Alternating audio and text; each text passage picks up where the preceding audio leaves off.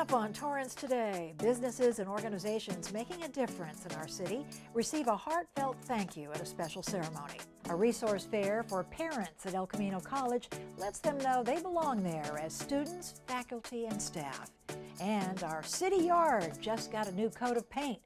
We are ready for our first open house since the onset of the pandemic. All this and more coming up right now on Torrance Today.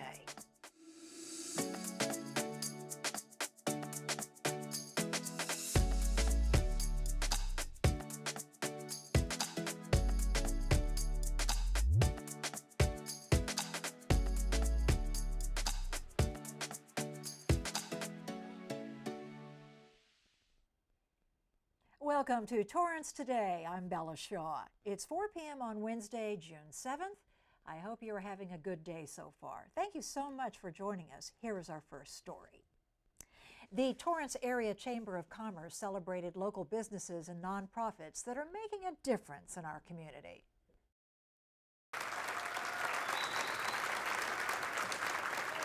It feels amazing. I just am still in awe. I mean, I look at the chamber and I am honestly inspired by all of the things that they do. So they're definitely a group of mentors that I look up towards and continue to try to model myself after. So to be thought of as an emerging leader, it really just encourages me to get out there more and to try to motivate other businesses and others in our community. So we received the J. Walker Volunteerism Award for the Chamber of Commerce of Torrance. It means a lot to me and my team to receive this award. We like to think of ourselves as a storyteller. Every person or organization has a story to tell, and our goal is to help other organizations tell their story. It is a great honor because it is volunteer time, and it helps business throughout the Torrance area. And as you know, a rising tide lifts all ships, and it's just so important activity to do to help business.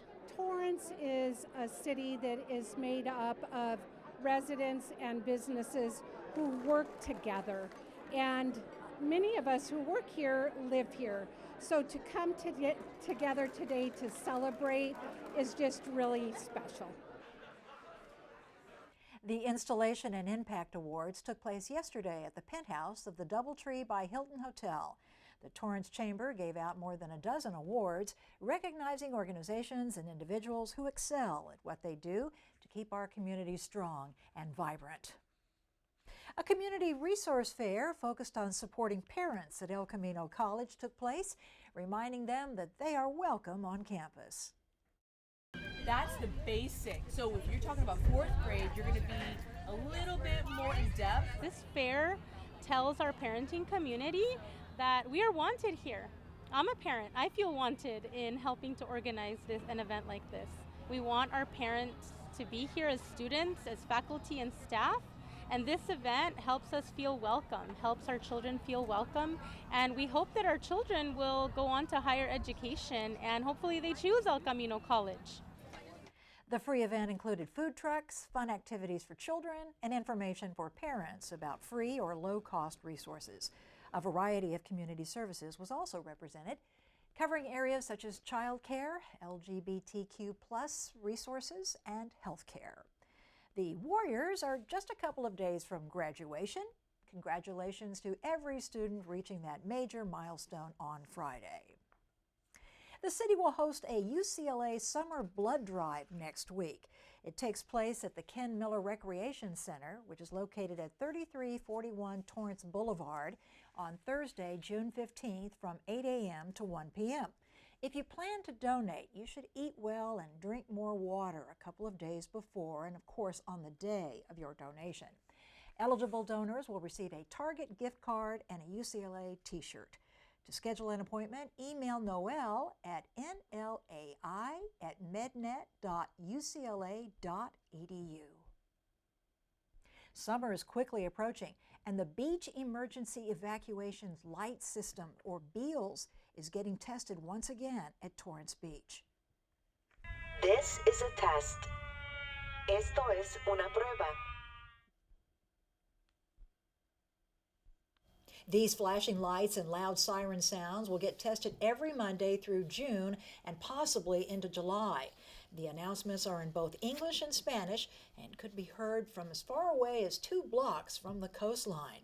This warning system is meant to help beachgoers, especially those who are hard of hearing, during tsunamis, severe thunderstorms, and other emergency situations. LA County is estimated to have more than 800,000 people with hearing issues.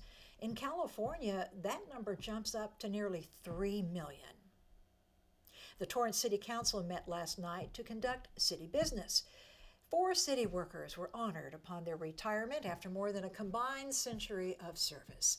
City leaders read a proclamation celebrating the 55th anniversary of the Torrance branch of the American Association of Women.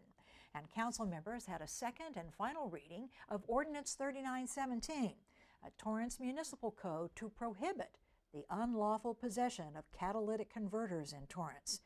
Many more agenda items were covered at last night's City Council meeting.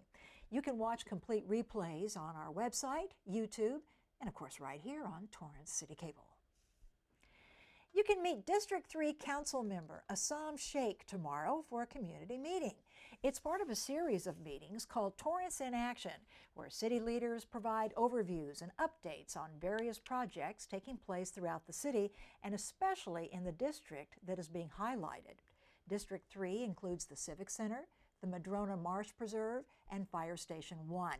Tomorrow's gathering takes place from 6 to 8 p.m. at the George Nakano Theater, located at 3330 Civic Center Drive.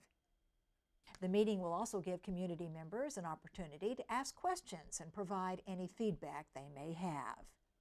And if you want to meet more representatives of our city, come on out to the City Yard Open House. It takes place this Saturday, June 10th, from 10 a.m. to 2 p.m. I'll be there along with some City Cable staff, and you can meet our firefighters, police officers, and even watch robotics students from Torrance schools display their latest innovations.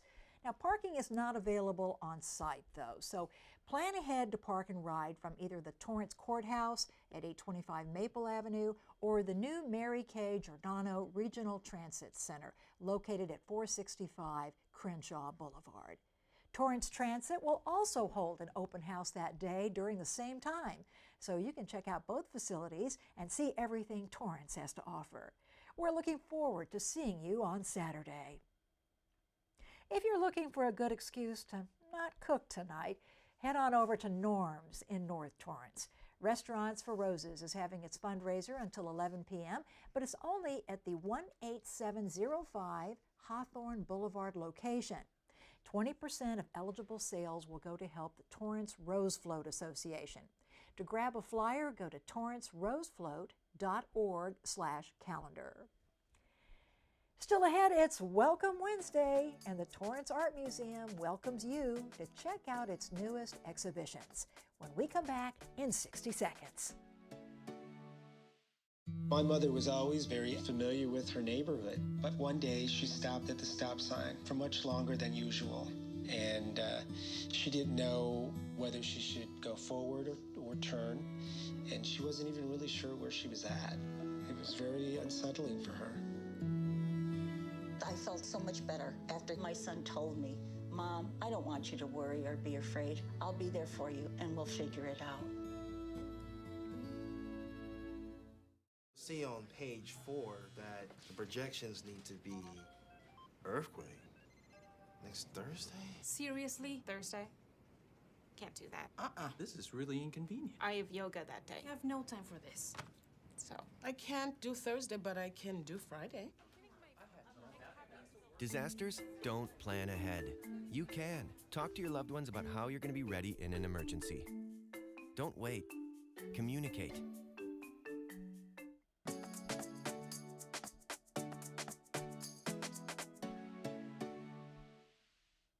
At the end of every episode of Torrance Today, we want to share a positive story that fits the theme for the day. On this Welcome Wednesday, we take you inside the Torrance Art Museum's latest exhibitions. City Cable's Christine Lee has the story.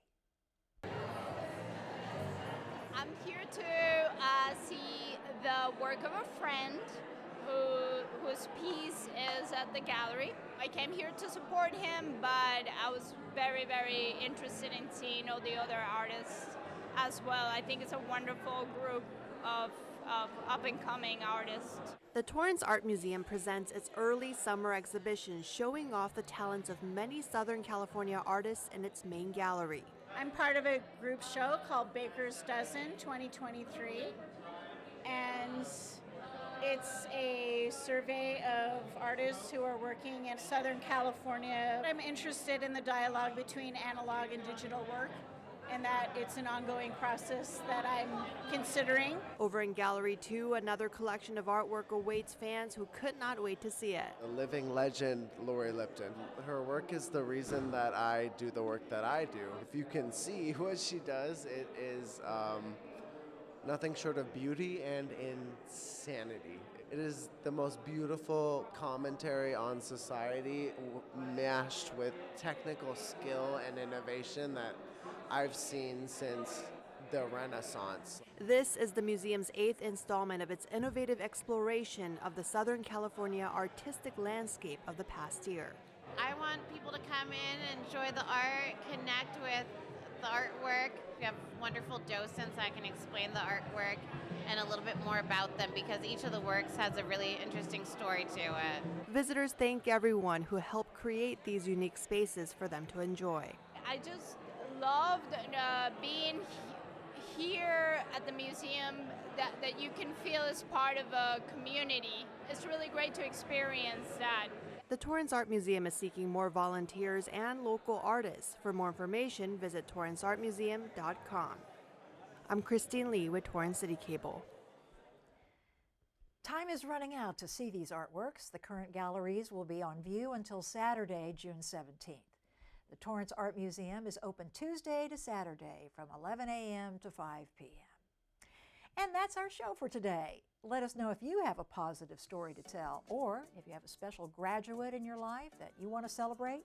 Email us at torranceToday@torranceca.gov. Thank you for joining us. We'll see you back here tomorrow with more news from and for our Torrance community.